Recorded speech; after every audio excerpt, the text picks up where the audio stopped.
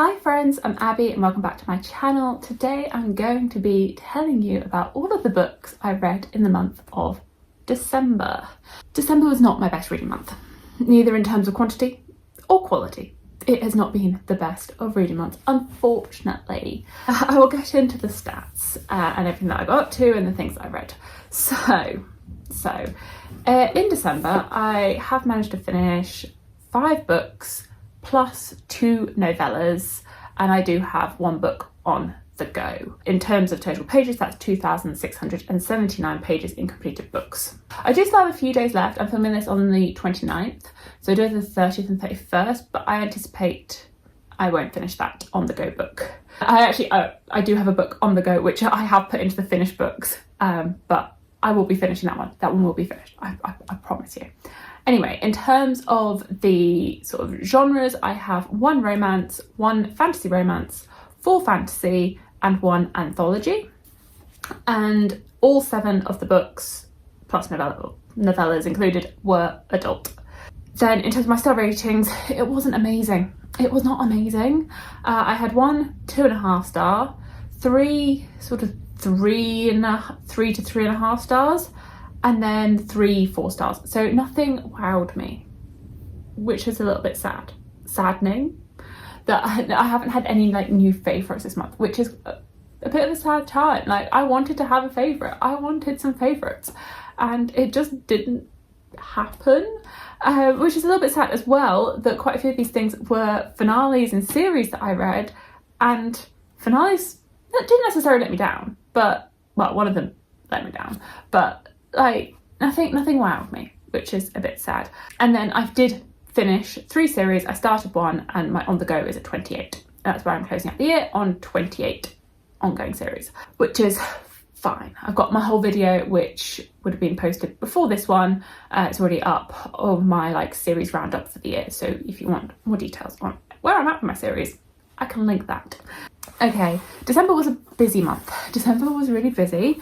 I had 2 work trips. So for the first week of December, I was in Austria at a conference, which was exhausting, but it was good. I then went to France the following week for like a strategy meeting there again for a few days. So that like first couple of weeks I was really impacted in terms of my reading because I was on the road. So I mean it was great because, you know, it's lovely to be able to go to the mountains and be in those locations, but it really does impact how much I can read. I went to a Galance event for the publication of Wind and Truth, which was really cool, and I was like, oh my god, I'm actually like being an influencer. So I went to that. It was a really fun, cool event. And then I've just got back from being at my parents where I was for Christmas. So I went up to Shropshire to be with my stepdad's family, and then I was at my dad's for a little bit. It's been a very like running around type of week, but I am home for the next couple of days before I go on holiday in January, which you may have seen. I don't know which order I'm posting the December wrap up and the January to be up, but I'm going on holiday in January.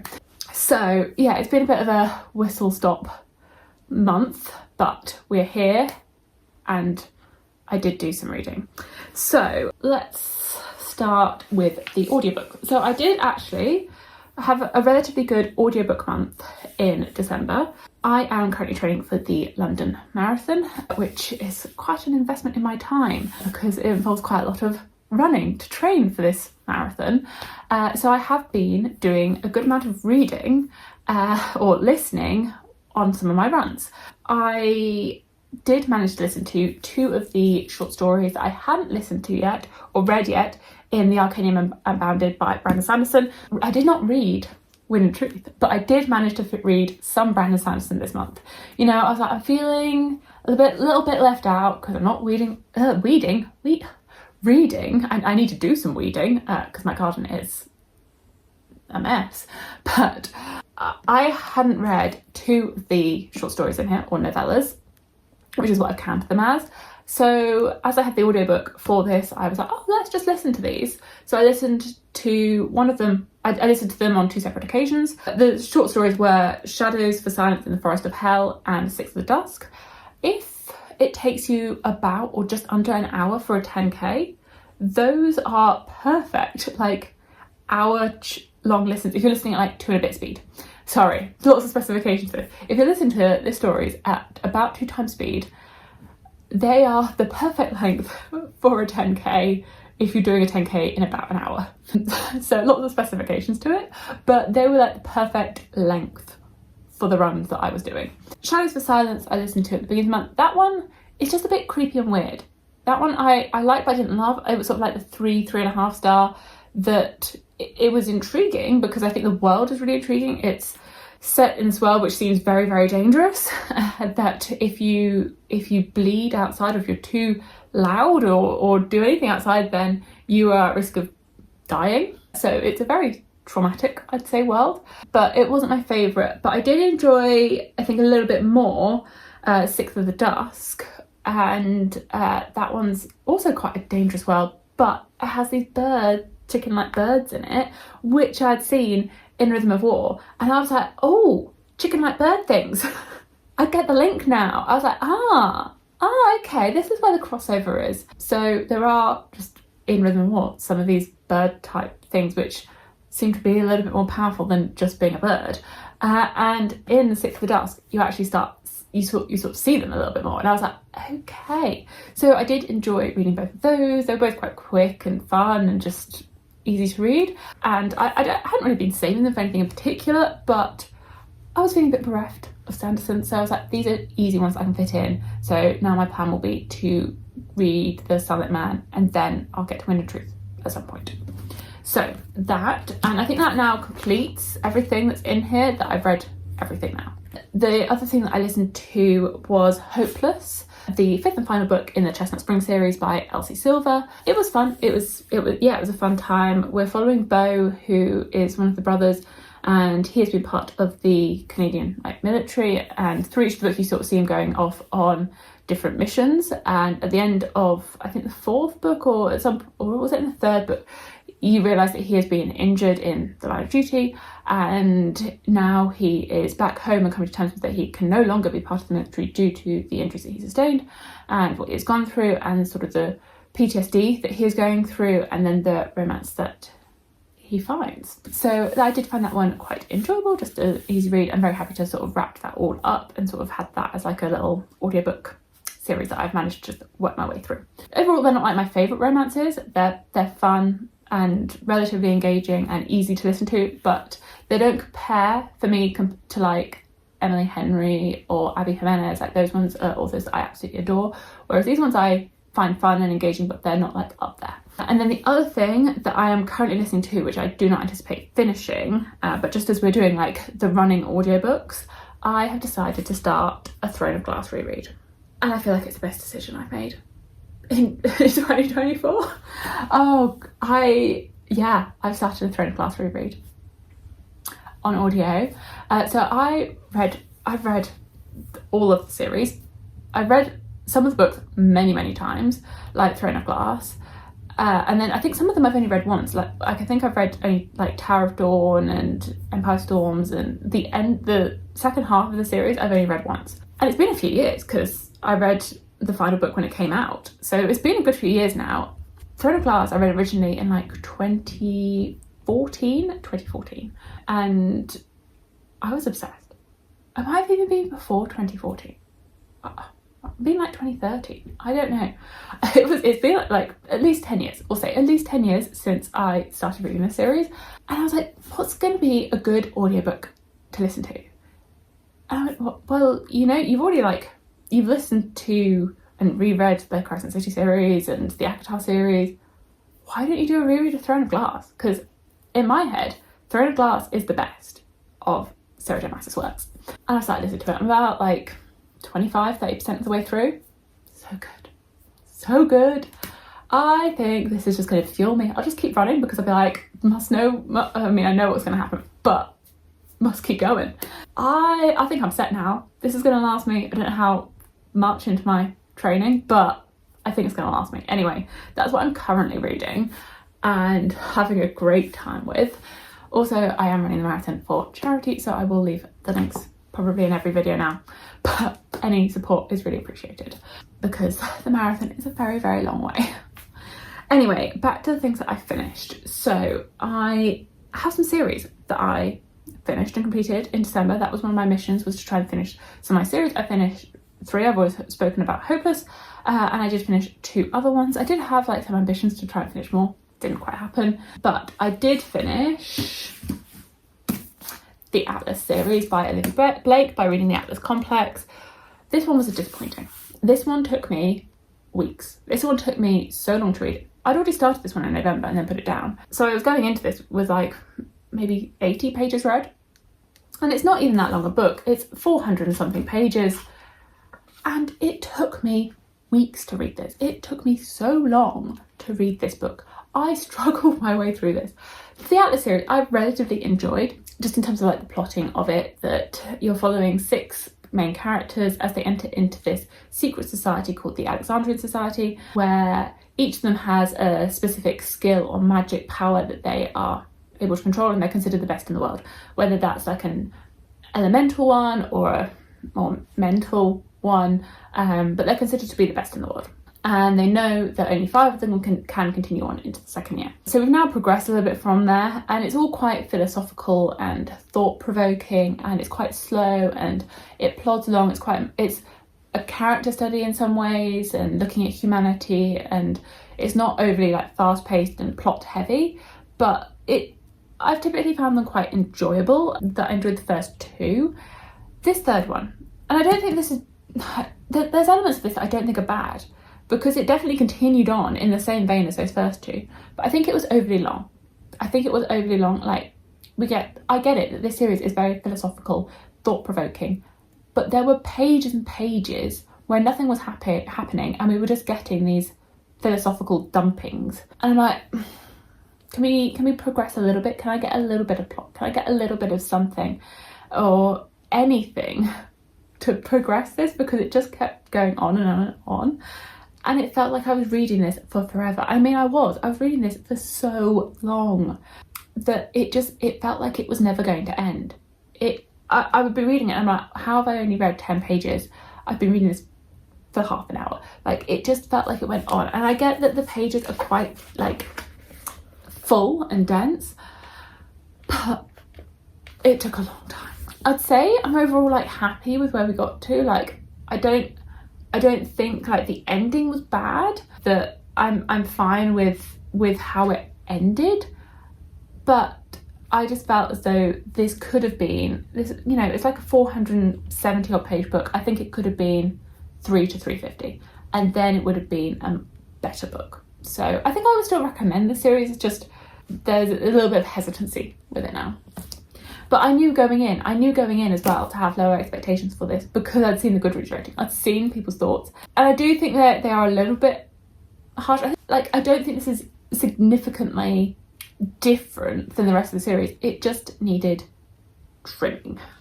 The other series that I have very recently wrapped up is the Magician series by Raymond E. Feist, this book being A Darkness at Sethenon. So this wraps up the first sort of series within this world. I keep forgetting if the whole world is called the Rift War Saga, or if this one was the Rift War Saga, but basically Raymond E. Feist has written multiple series within the same world, and this is the first series. And it starts off when you're following a main character called Pug, and he's apprenticing to become a magician.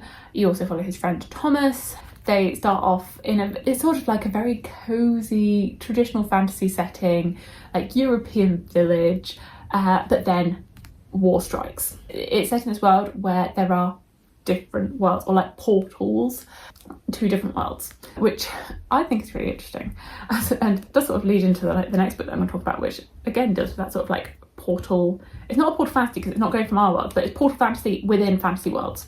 So by this point in the series, we have a few main characters. One of them, the main perspective that we follow, is called Jimmy, who I really thoroughly enjoy his perspective. He sort of reminds me a little bit of Kaz Brekker without having the big like criminal organisation under him, but maybe a little bit like that, without going too much into the spoilers of like where he is within the series. I think overall enjoyed this instalment. I'm happy with the ending. I think with this series, and I've noticed this throughout all of the books, there are ups and downs. There are some chapters where I am so hooked, where I am addicted. I'm like, yes, intrigued, interested. And then other chapters where I'm like, can we just move on? Can we just move on? That the pacing in this series is a little bit off. And it's hard to pinpoint exactly like where it is, but the pacing is a bit off. That it will go from just, for me, my engagement being really high to engagement low, and it just seems to keep going like this. So at moments where I'm like, oh, this is great, and then I'll be moments where I'm like, can this book be over?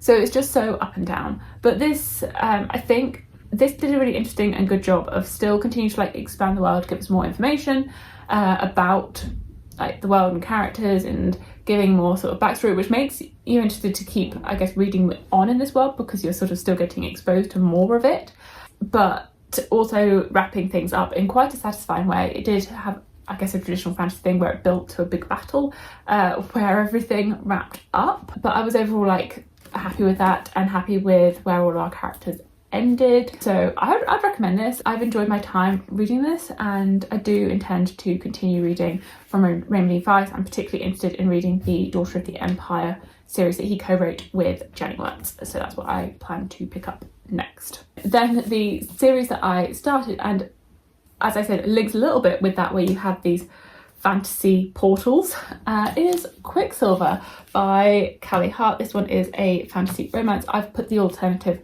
dust jacket on because it does, the standard edition does come with 2 covers, so I swapped from the man's face to the other one. So this is the start of a fantasy romance series. We're following a main character called Cyrus, and she is raised in this world which is very harsh and hard, that there is no water, and water is very, it's hard to come by and also quite monitored. So it's a very hard world, and at the beginning of the book she gets caught stealing and ends up in front of the evil queen, at which point she sort of gets thrust into this fantasy world as a very quick like entry point into this, where she ends up meeting our male main character, Kingfisher, who is very dark, very broody, very moody, not very nice in the beginning, and it's their time, I guess, together. She is tasked with trying to figure out the connection between the worlds and how people could travel between the worlds. This used to be something that was done a millennia ago, but that knowledge has been lost. They believe that she does have the power to be able to do this and is tasked with investigating that. I have mostly good but some mixed thoughts about this. That I found the writing really addictive, it was compulsively readable, that I think I'd come off of reading The Atlas Complex and I was like, am I just a really slow reader now, because that took me like 3 weeks to read. But going into this I was like, this is what like compulsively readable books are. This is what, reading can be. So I just, I raced through this and had a relatively good time. Like, there were elements that I guess annoyed me, but I just had a lot of fun. Like, this was a fun read.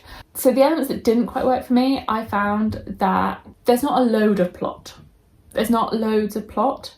I don't know if the plot is strong enough to like keep me reading the series, because the romance is good, although the male love interest is a bit of a dick at the beginning, but the romance was enjoyable. But we get to a point within this where they're together, and knowing my taste, I prefer it if things are slower than that. So now I'm going, okay, our romance is having a great time. It's obviously there's going to end up being some tension or something that's going to come up at some point, but they've got together. Great. So I don't know if the plot is strong enough to keep me going. I'll have to see what the reviews are like for the rest of the series. Like, I had a great time with this, but I don't know if the series in itself is going to be strong enough to maintain my interest going forward. But in terms of this book, I had fun. It was a fun time. I'd recommend it if you're after just a fun time, but it's not like the best fantasy romance I've ever read. And then the one that I've marked to complete but isn't quite complete, but will be in the next couple of days, is Buried Deep by Naomi Novik. Some of the short stories that she has written, this published earlier this year. I am most of the way through it now, so I just have 2.5, is that right? Two and a half stories left. I have been really enjoying these. They're just quite fun to get into. They're all quite different. Like you get ones that are more fairy tale centered. I've just finished one which was more like sci-fi centered, and then there are some that are based on some of her other works. So one based on the Scholarmance series and some different characters within that. There are some that are based on the Temeraire series, which I haven't actually read, but I'm enjoying these Temeraire stories, so I feel like maybe I should be reading Temeraire. And then the final story in here, which I've not got to, is sort of set in her new world. So she's got a book, I think it's coming out next year. I don't know if it's got a release date yet, but the short story is based on things from that new series that she started. So I've been having a great time with this, and it's been a lot of fun. So I just have a little bit left. I'm currently reading one which combines the Temeraire series, so the Napoleonic Dragon Wars, with Pride and Prejudice, which is great fun. And it's also interesting to see her different styles of writing and trying out different things throughout this. That some of the stories are told in a much more direct way, some of them are a bit more lyrical. Like, it's just interesting to see how she's able to shift her writing style depending on the story. So if you have read and enjoyed Naomi Novik, I would recommend this. I'm having a great time reading these short stories. So that's everything that I have read or started reading. Going through this, I don't think it sounds as bad as when I first started. Like when I first started, I was like, it's not very good. But actually talking about them, there were like some highs. That it wasn't the biggest quantity, but it wasn't bad. And I think I managed to pick up quite a lot in the second half of December. The first half was very slow, but in the second half, I have like powered through a lot of things and like managed to wrap a lot of things up relatively quickly. I did not get to, which was in my plans, The Will of the Many. I planned for The Will of the Many to be my Christmas book, but I still had quite a bit of The Darkness That Set on to read, and I wanted to make sure that I finished that so I could finish these things off before the end of the year. So I did not start The Will of the Many, but I will in January. There we go. That's everything I read in December. Let me know how your reading in December went, and if you've read any of these and your thoughts on any of them. And thank you so much for watching, and I will see you in my future videos. Bye!